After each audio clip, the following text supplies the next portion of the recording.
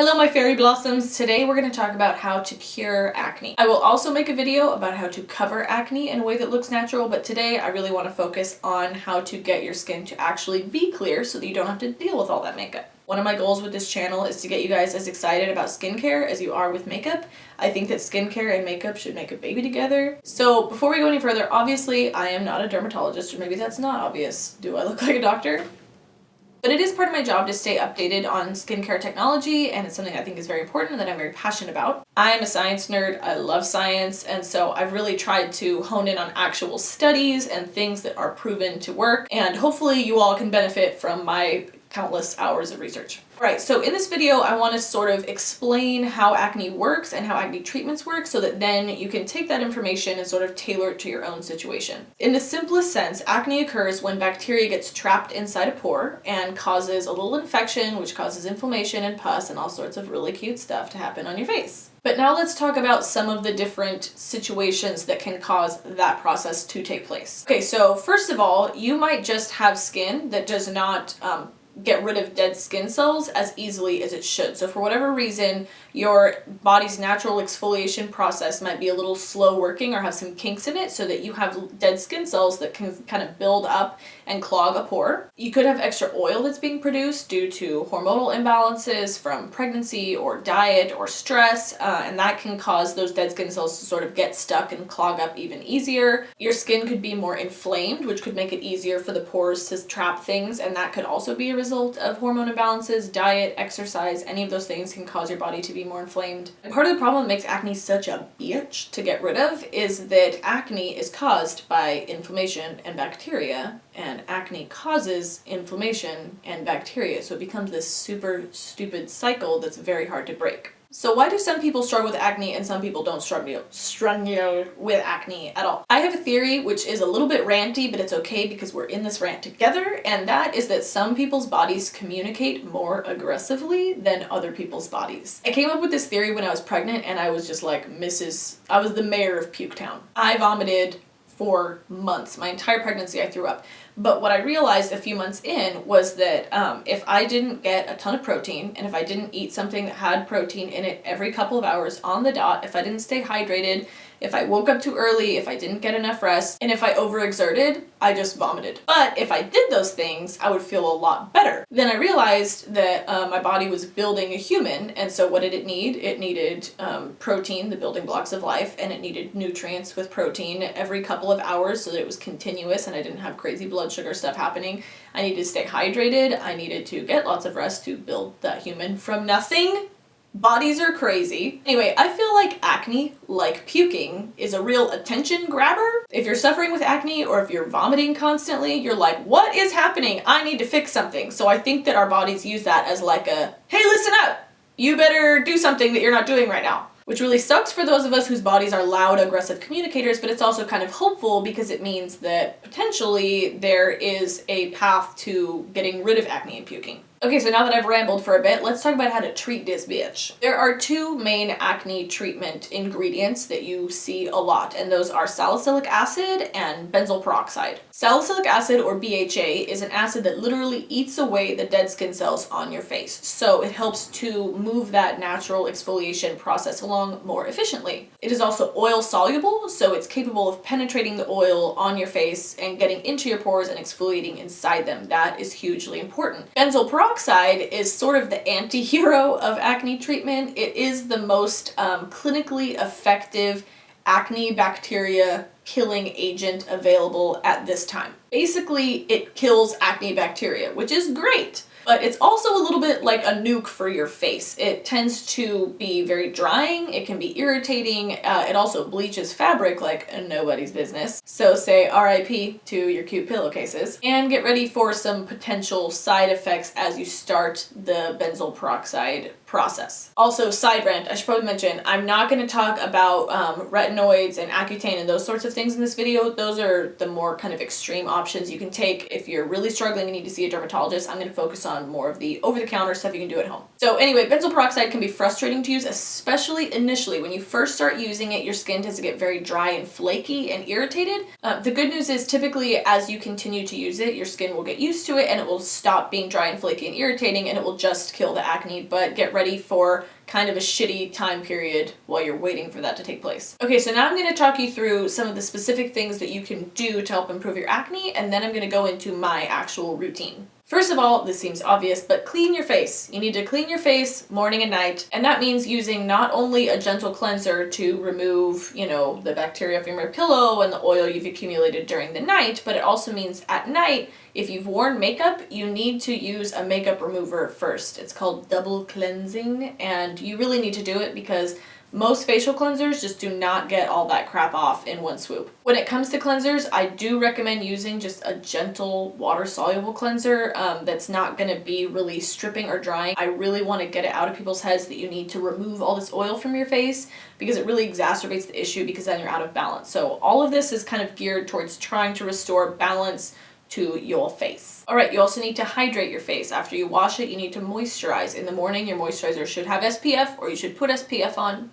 And at night you can use whatever you want so long as it is sufficiently hydrating. The only thing I recommend avoiding if you're trying to get rid of acne is any kind of really thick or viscous moisturizer because that could clog your pores more. You can also do there's so many ways online to check and see what ingredients are comedogenic. Some oils are more pore clogging. Coconut oil is actually more pore clogging, even though everyone worships it.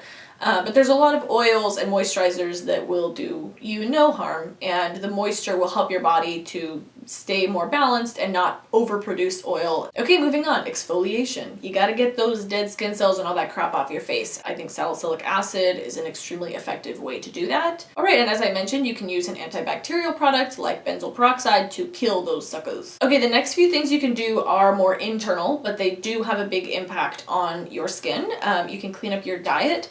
I grew up in a raw vegan household, and honestly, I've been on all ends of the spectrum, and I'm less concerned with what clean up your diet specifically means to you than I am with just that you get away from processed foods and start eating more whole fruits, vegetables, lean meats. I'm a happy omnivore, and I think as long as you are eating a more balanced diet with less processed foods, that's going to be reflected in your skin. Exercise is the next big one that's really going to help to regulate your hormones and get your body just kind of running more efficiently. Speaking of hormones, lowering your stress really helps your skin. Stress causes stress hormones that throw everything out of whack. Okay, going back to things you can put on your face. I came across a life-changing study a little while ago, and that study found that the difference between people that had acne and people that did not have acne actually had to do with the amount of good bacteria on their face. So the people with acne and the people without acne had the same amount of bad acne bacteria, but the people without acne had more good bacteria to fight off that bad bacteria. And that just made a big old light bulb go off on my brain because I was like, oh my gosh, duh. I'm always thinking about how to balance the face. The thing I don't like about benzoyl peroxide and all those acne treatments is that they tend to go to one extreme. And I've already seen the benefits of probiotics just in my diet internally. Probiotics are a scientifically proven good thing that helps your body to fight off bad things. So I did a little search for probiotic skincare. A few very expensive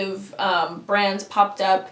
I noticed that it's already happening in Asia, which means I'm calling it right now. You're going to start seeing a proliferation of probiotic-based skincare because most of our really good skincare trends come from Asia. But anyway, there weren't a lot of products available to me in the United States, especially for a somewhat affordable price. So I was like, I'm gonna put yogurt on my face. But anyway, that brings me to my face. And so now I'm gonna kind of talk about what I've done, what my experience has been, and give you my routine and bring all the information together. Yay! Okay, so this last breakout I had was the absolute worst breakout I've ever had in my entire life. It was red and painful cystic acne, and it went all the way around here like a lovely little red beard. I'll post a photo up here so you can see, and this picture was actually taken several weeks after it had already improved a lot. It took me a solid 6 months to get rid of this breakout. The reason it took so long for me to get rid of it is because that's how long it took me to get my shit together and improve